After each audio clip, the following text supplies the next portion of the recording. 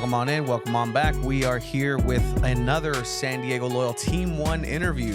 We've had Stoneman, we've had Hackworth, we've had Colin, we've had Capitan Charliadas, we had Toomey. That one's yet to be released. But right now, we're going to go ahead and maybe go a little bilingual con el 10, the only number 10 for San Diego Loyal in their history. You know him, you love him. El buen local boy, Alejandro Guido.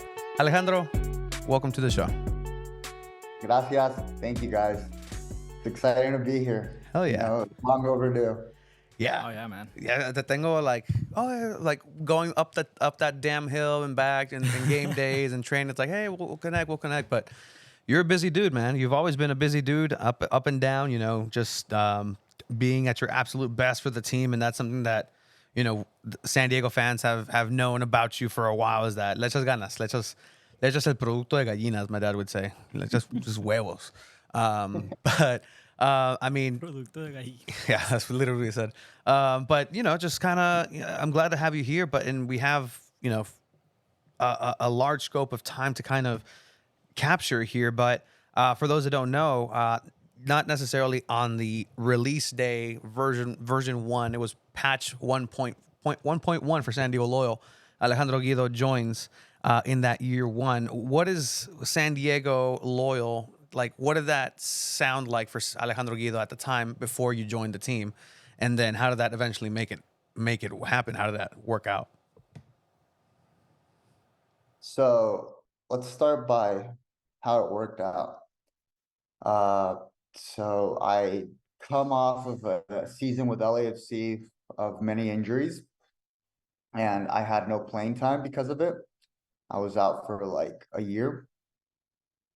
So when I come back, Bob Bradley tells me, hey, you're not part of the plans. And then I tell him, look, I still have a year left in my contract and I need to get back to fitness. So I'm going to stay and fight for my spot.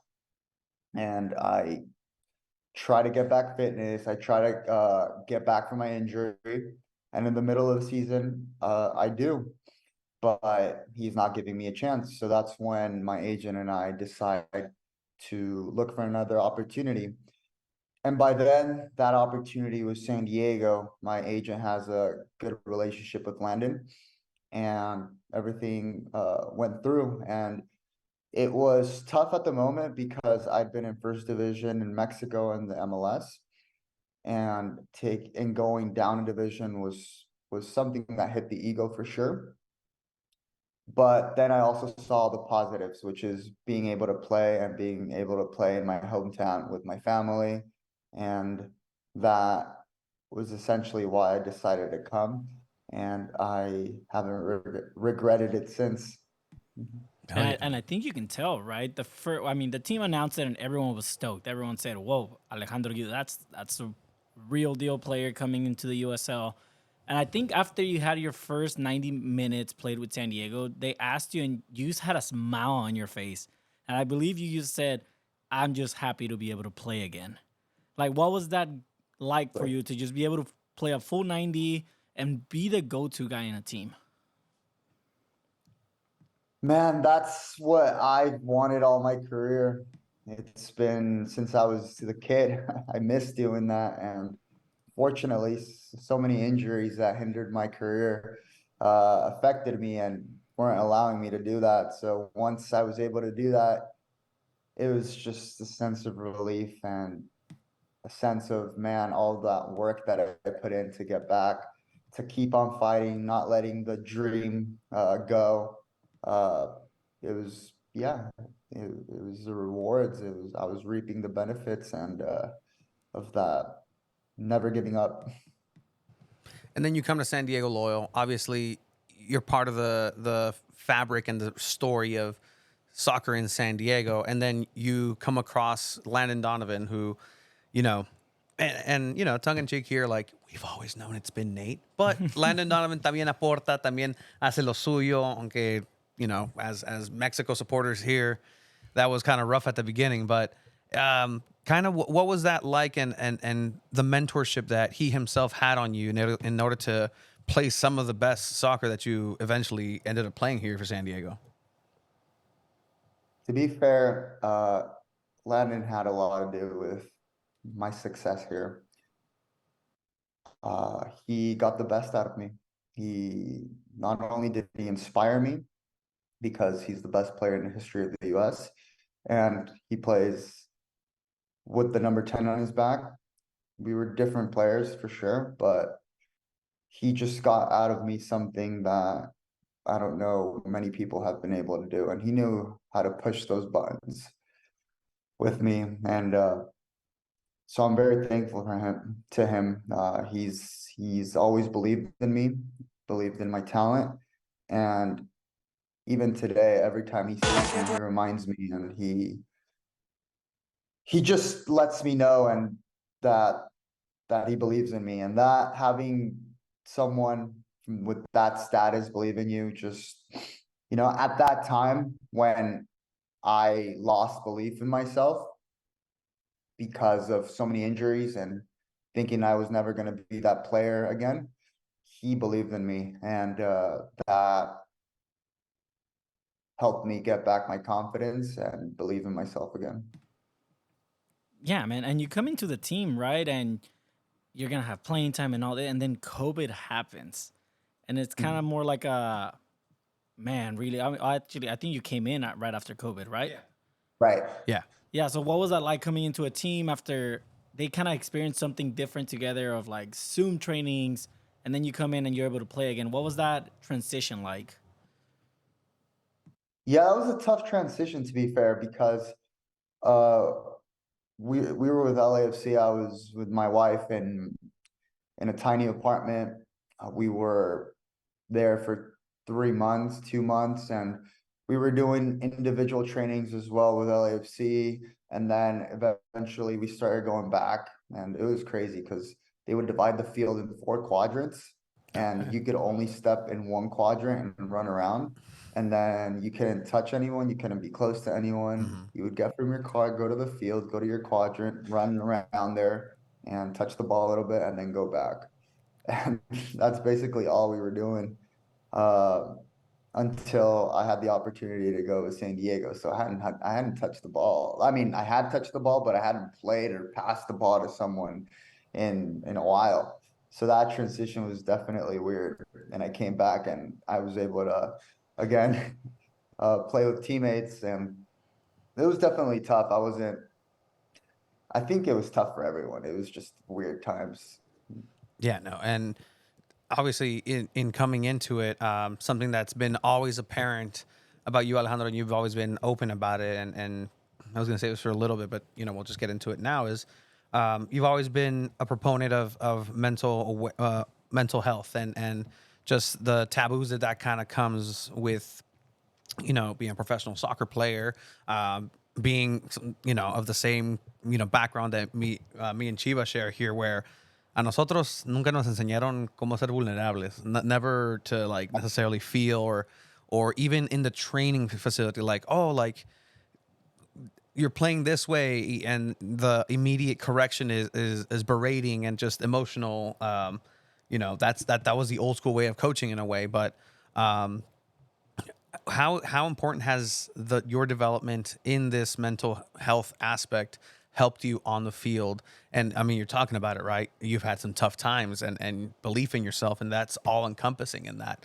Is being open about that something that's helped you? And what do you attribute that strength to?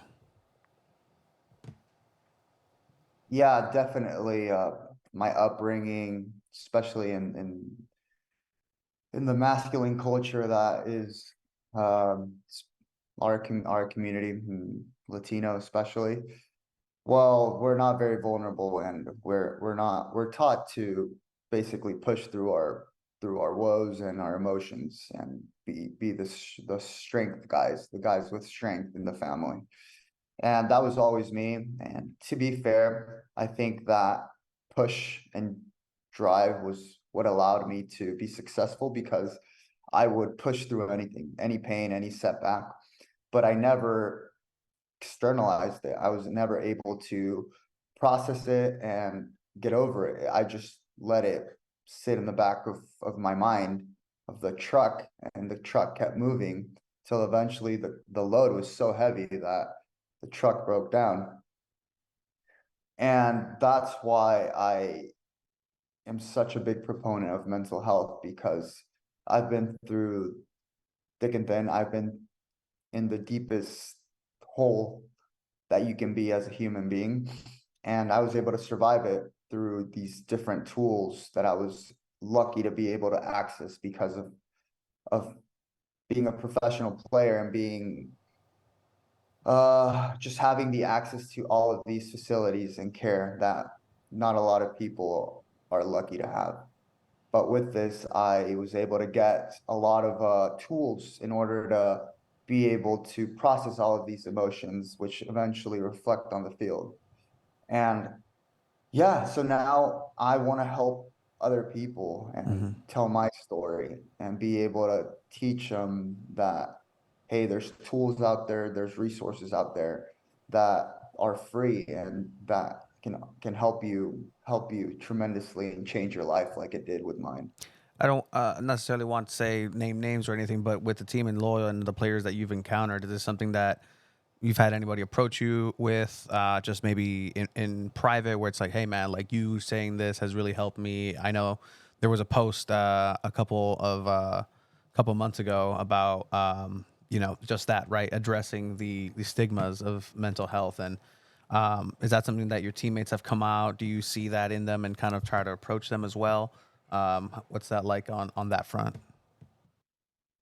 Definitely, I've always been open about it, open to my teammates, and I did have some approaches, and I've shared some really good moments, tough moments with my teammates in which we've opened up, and I'll cherish those moments forever. Also, a lot around the leagues, I got a lot of feedback from that, not just a lot in the USL, but also in MLS and Liga MX. And I mean, you're in a team that will do nothing but support you in that sense. And then again, this team just has high praises for you. What was it like to be in Third Avenue, have a mural of you on there? I know it was an emotional day for you as well with the news of your mom. Talk to us about that time. Like, this is just such a long journey, right? It's with this team. But talk to us, how special was that day? It was really just mainly dedicated to you and two other players. It was beautiful, something I'll cherish for the rest of my life. Having that reminder, that mural there, is something that not only, uh, man, it still gets to me, but yeah, it's something that I think of. The first thing that comes to my mind is my old teammates, the ones that were with me in El Barrio, jugando en las canchas del Ala, playing Hell in yeah. TJ, playing all over San Diego. And having them congratulate me and tell them like, hey, you lived the dream, you accomplished it, we all believed in you, and now my kids look up to you. That just hit me. And having that mural next to where I went to school and I used to go every day, it's one of those things where I always say in soccer, there's not a lot of moments where it's like, oh, success. Yeah. It's the majority is hardships, going through pain, pushing past your limits, going through a lot of downs. There's really small moments where, oh, you get a win or you score a goal, or maybe you're lucky and you win a championship. And those are the moments you play for, but the whole 90%, 95% of the rest is you making a bad play, you getting injured, you dealing with external factors, with things you can't control, with and that was one of the moments where I was like, man, it was worth it. It was worth it. And right in El Barrio, right? Like literally, Downtown Chula Vista, man. Like, which is it's been popping, because I remember Third Avenue and it did not look like that. I'm from National City, so it's a different type of rivalry. You're from Chula Vista and everything, Third so Avenue is growing, man. it's been popping there for a while now. But it's really something that spoke, and you really gave that face to people who are from there. Hablas del Parque del Ala, right? Like, who doesn't know el Parque del Ala? Those leagues, those viejito refs in Tijuana. ¿Dónde jugabas en Tijuana? Sí. ¿En Tijuana dónde jugabas? El Romero Manso. Romero Manso. En la cancha 1 yo he jugado con el San Pedro back there. Claro. Para que veas. O sea, ¿Eras portero? sí, era portero. Era. Did we play against each other? Ya me acuerdo de ti, güey. ¡No mames! Ya me acordé de ti, güey. Sí, güey. Ok. Güey, ¿jugaste No contra Guido? mames, jugamos juntos. ¿En el San Pedro? No, una vez viniste a entrenar con nosotros ¿En la Estrella Roja?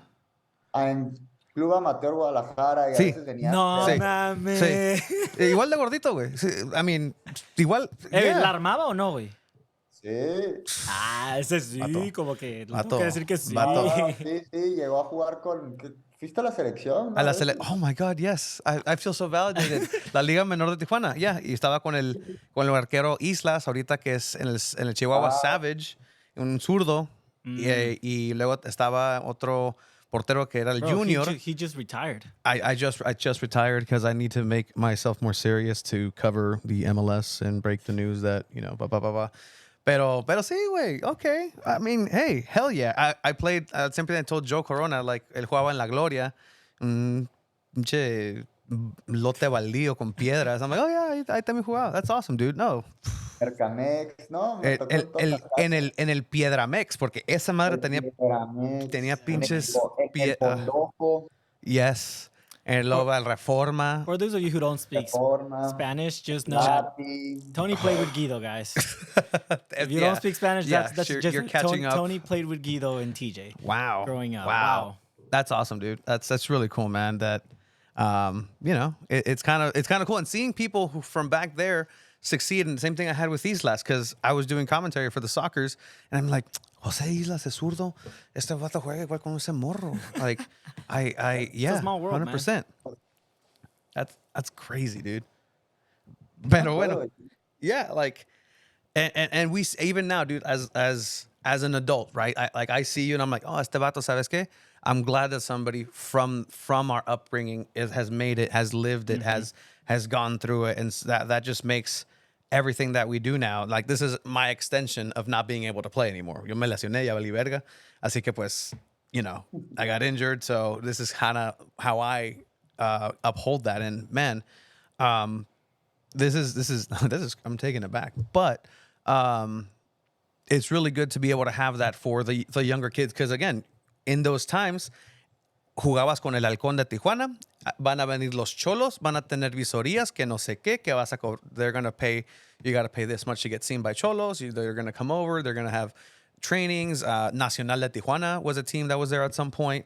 But all these things that kind of culminate into you actually representing San Diego y la región con Cholos. That has to definitely be a high point. And what does it mean now to be representative of that 10, right? The only 10 that San Diego Loyal will ever have. That carries some weight here in soccer and in the region. What does that mean to you? I feel blessed. It means a lot. Sometimes, I don't know, I just think about how lucky I am. I'm blessed, and that's all I can say. I just want to show my passion and show my hard work as a way to give back to the blessings I have. At least, like, once I step on the field, I just think, all right, I got to give my all. That's the least I can do. That's what I feel. Yeah, no. And again, like this, we're talking all in the past, and there's still a present, right? There's still a present right now. You're playing with San Diego Loyal, some of the most dynamic that they've been able to look like. You encounter this Nate Miller. We call it Miller ball here, right? It's a very specific tactical style that has been here. How is that kind of learning that style and really going into it? Because knowing you and knowing your strengths, right? Center midfielder. And then you kind of come into it where you have to be a little bit more of a pivot. You have to go ahead and be a little bit more creative. But that center midfielder is where I believe when the first 2 times you played it with Loyal, you got back-to-back team of the weeks.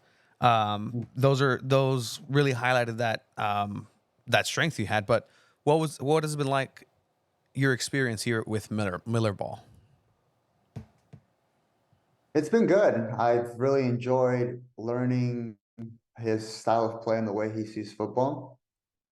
He is brilliant in that respect. I think he has a very good understanding of the game, and it was very nice to be able to see how he was trying to implement and stick to his style of play. He was brave in trying to implement new just new tactics, something in this league that is not seen as much. And yeah, I enjoyed it a lot to be able to see him work day to day to polish up his idea of how the team wanted to play. And in my position, I definitely learned another style. I mean, I've been with 12, 13 different coaches, and each one has their unique style. And this was just another one that I learned from, and I enjoyed it a lot. Absolutely, man. I mean, and with that, you also started kind of like your own venture in a sort of tactical blog, right? You kind of like breaking down Premier League games and stuff like that. Talk to us a little bit about what inspired you. I don't know if it was Nate Miller necessarily, but Nah, what's the he's got his own thing going. how did you came up with that? How did you come up with the idea of saying, you know what, I can do this too, and I'm very good at it, and now you're pretty much actively doing it. Well, to be fair, I've been watching and analyzing games 5, 8, even more than I would say 8 years ago. It's always been my passion. I always say my passion has always been analyzing games and coaching. Ever since I was young, I would be frustrated because I would see things that I thought were the right things that we could do to win the game. And as a player, you only have so much influence and you can only worry about your game and maybe, you know, communicate. But at the end of the day, you're not like the coach. You can't Yeah. establish your ideas. So I've always said I want to be a coach, but first I have to finish my part and as a player and learn as much as I can.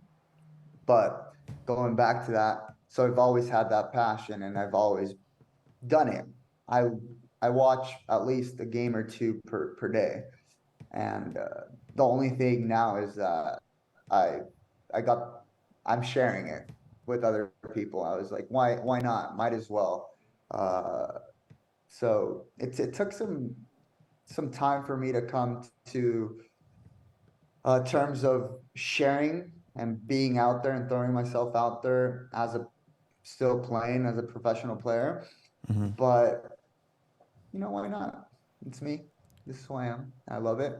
And it's also good because I get feedback and people are give me their point of views, challenge me, and I'm all about that. Like that's the best way. I never think I'm right. I always think that, there's something that someone there that can prove you wrong or and that's why I posted it to be able to get that feedback.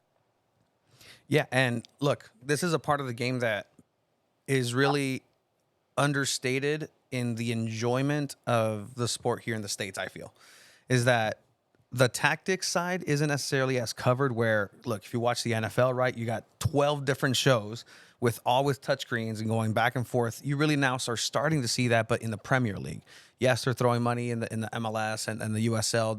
There's tactic shows, but the understanding and learning of all these things is something that is going to take the enjoyment of the sport that you're watching to a different level, even if you're just enjoying it, right?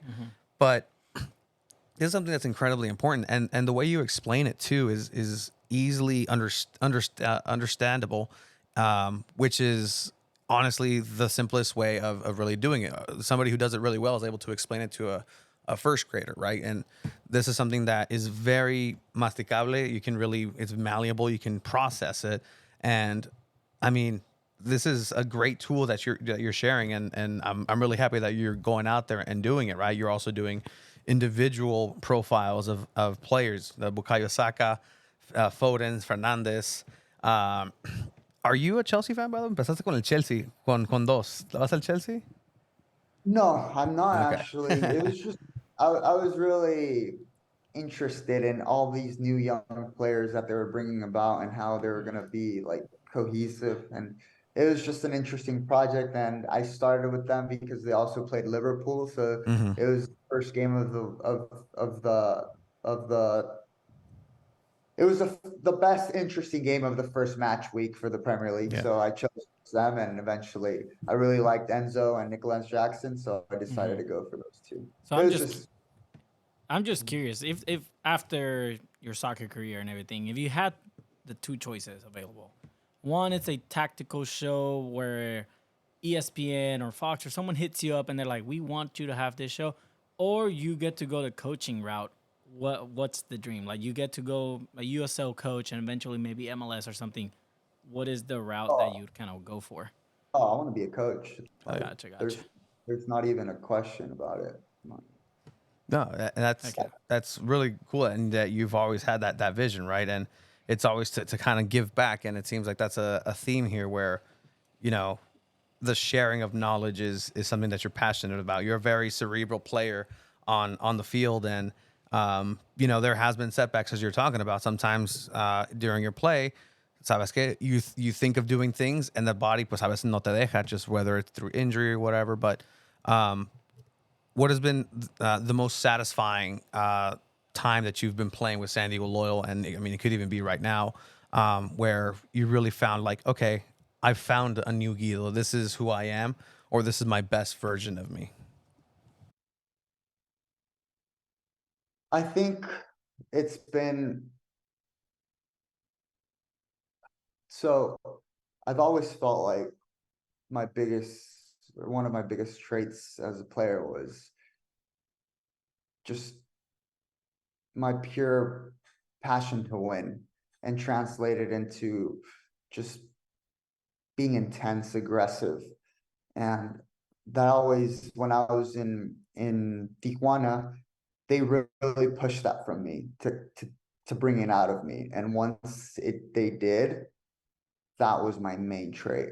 Yes, I had the capability of turning, of doing accelerations, of playing a final pass, but what there's a couple of players that can do that. But what stood out and what changed me and allowed me to have my opportunities in Tijuana, apart from the injuries, was that I was so intense defending, winning second balls, Yeah. pressing up the field.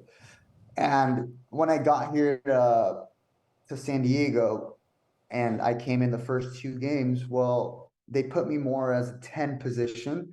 And I was able to do it because I do have some of those attributes, but it took away a little bit of my essence, Mm-hmm. which was that dog, the one that That dog in you, all bro. over the field. And it's also more of like you have more influence in the game because you are moving your forwards, your midfielders, like checking your back, and you have your back line talking to you. You have more influence, and it's more about reading the game. And as a 10, you depend a lot on your other teammates to find you in those spaces. Anyway, so I come in and I do a good job. So that's where Nate and Landon see me as. Mm-hmm. And hence, that's why I think I got the number 10, because they wanted me in that position. Mm-hmm. But the best moments, the top level that I've seen was when I played in a double pivot, Mm-hmm. when I played as a midfielder. Like I can just recall my game against Phoenix. I played Yep. along with Colin in the midfield, and I was just a dog. I was just, I felt like I was all over the field. I was able to defend. I was able to attack. I was able to just be a box to box. And recently I've been playing that position, and I feel myself. That's great, man. I That's mean, good. you've definitely shared the field with a lot of amazing players, and just, I mean, with San Diego Loyal specifically, there's have been players that come and go, but who would you say on the field are the players that you've maybe had the best connection with, that are here now or that were not or are not here now, but who have you played and you said I can play with this player I just any enjoy. day and just enjoy their style? 100% Colin. It's just there's a connection. I feel like we understand the game the same way.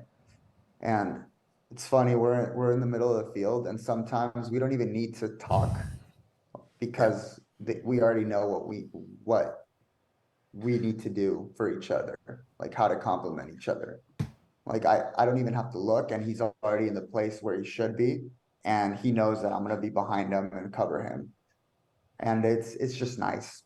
It's just the connection you have. We're like, okay, like we understand. We're reading each other's minds, Yeah. basically. Yeah. Yeah.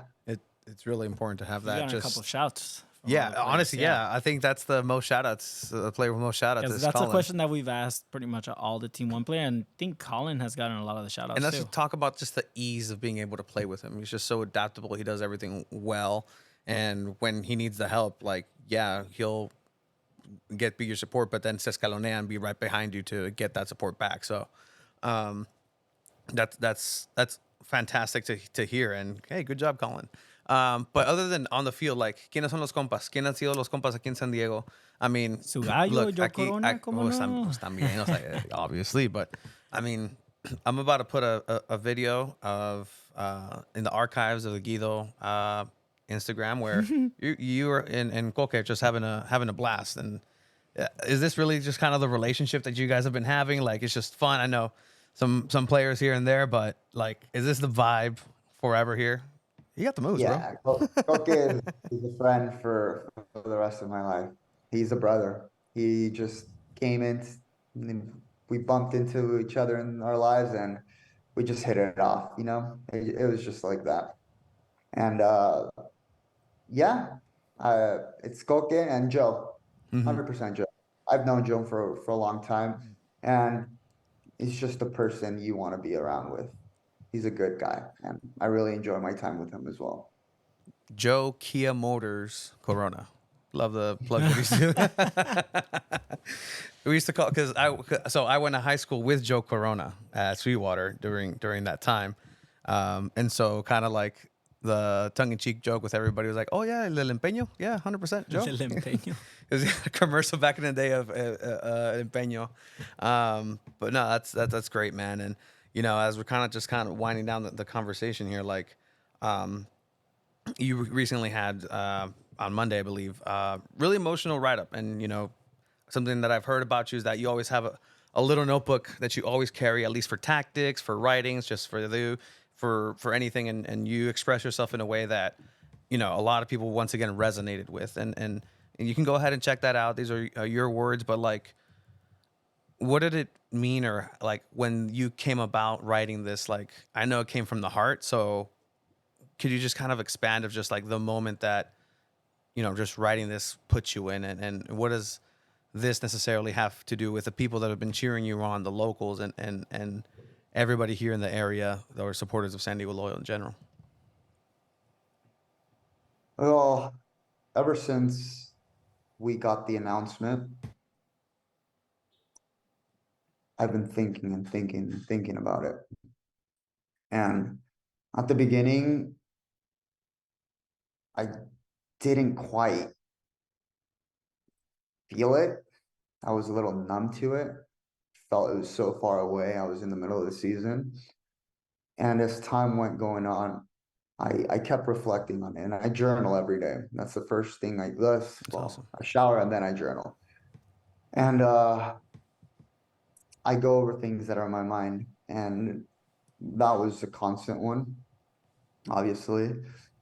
And I would write down what I felt that day. And eventually I started seeing a trend. Mm-hmm. And I got to a point where it was, okay, it's sad, right? But how is that gonna, like, how can I turn the page over and be like, okay, what has been positive about this? What has it brought into your life? How have you been lucky? from going to a first division to a second division club, and it's changed your life. And I started looking at that lens. And once I started looking at that lens, everything brightened up. Every single interaction I had, every single day that I went into the club, it just brightened it up. And I was thankful, grateful.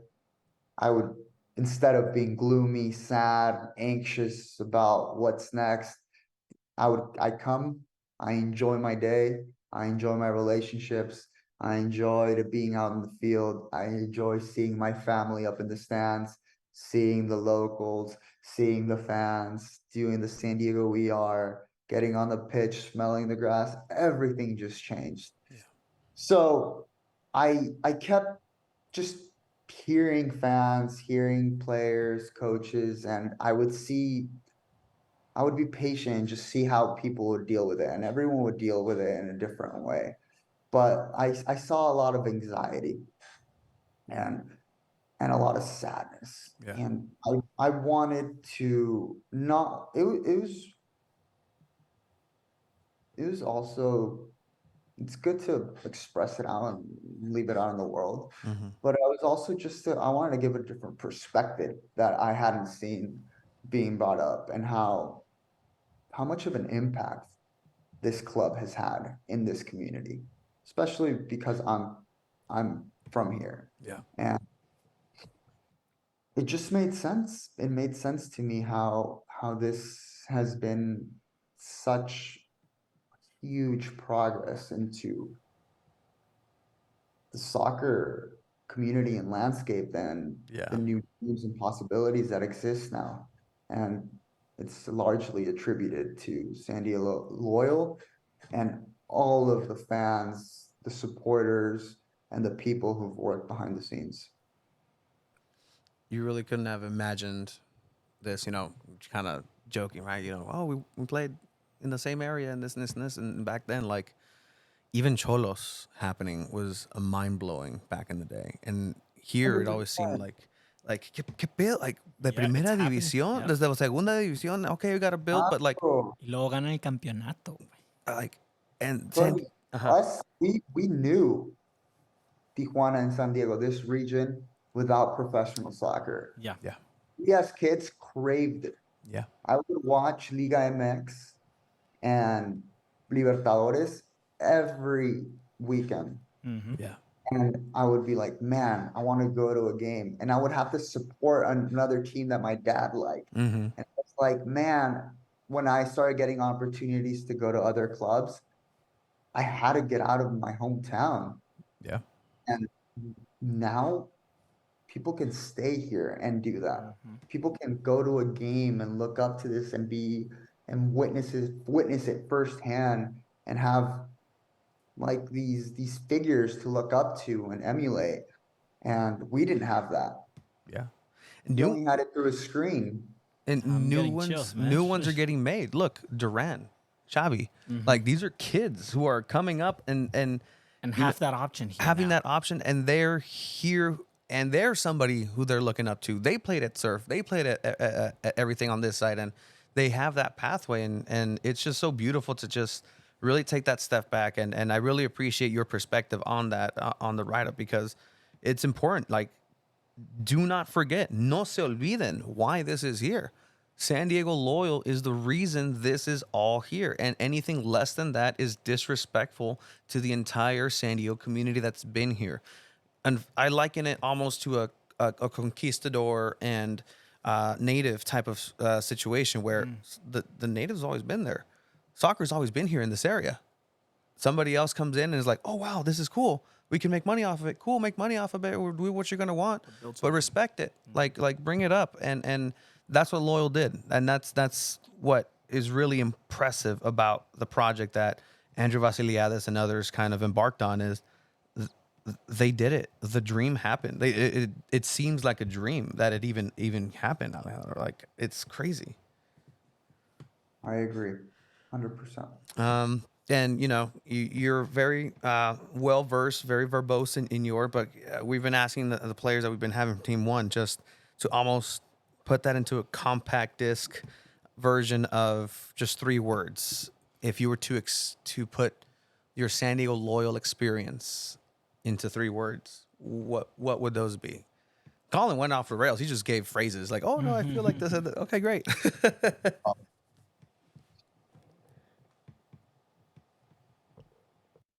Oh man, let me see.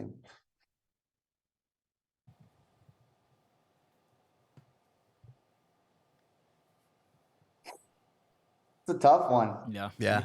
No, Should've trust given me, Charlie. time. You should have told me beforehand. Yeah. No, like Charlie. Let me Yeah. see. What are words that resonate with me? Just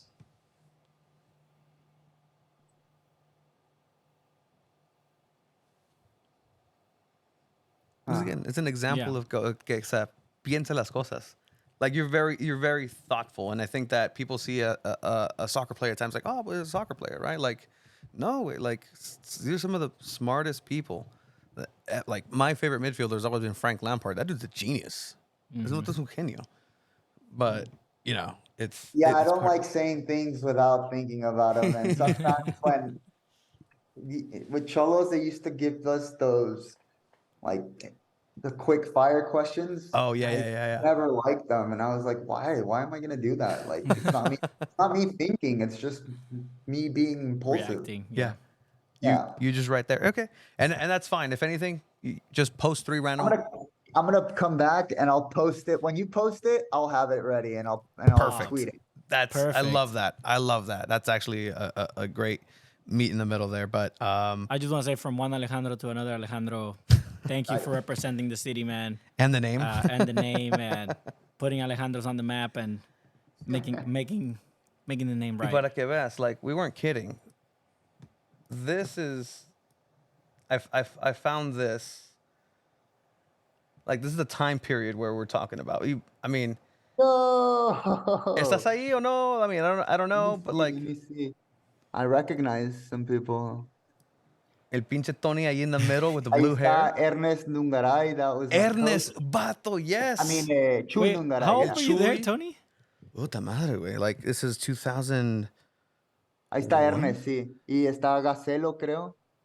Ese pinche Ernest era una pinche verga, güey. I played with him in Furati, indoor soccer, for years. But man, like that just like this is it, man. Like that's what kind of pushes us, me at least. It's just the remembering how much I used to love playing the game here and just what it meant and how simple things were, and it's just a real great time just to look back in. And again, that's fucking crazy that our paths have I crossed. can't believe it, bro. That's so wild, man. insane. Like right now, I looked at you and I'm like, that's you. I can't believe it. Oh yeah, It took almost 4 years. it took fucking 4 years. Should have had you on before, I man. can't believe Damn. it, man. I just never made the association with Romero Manso.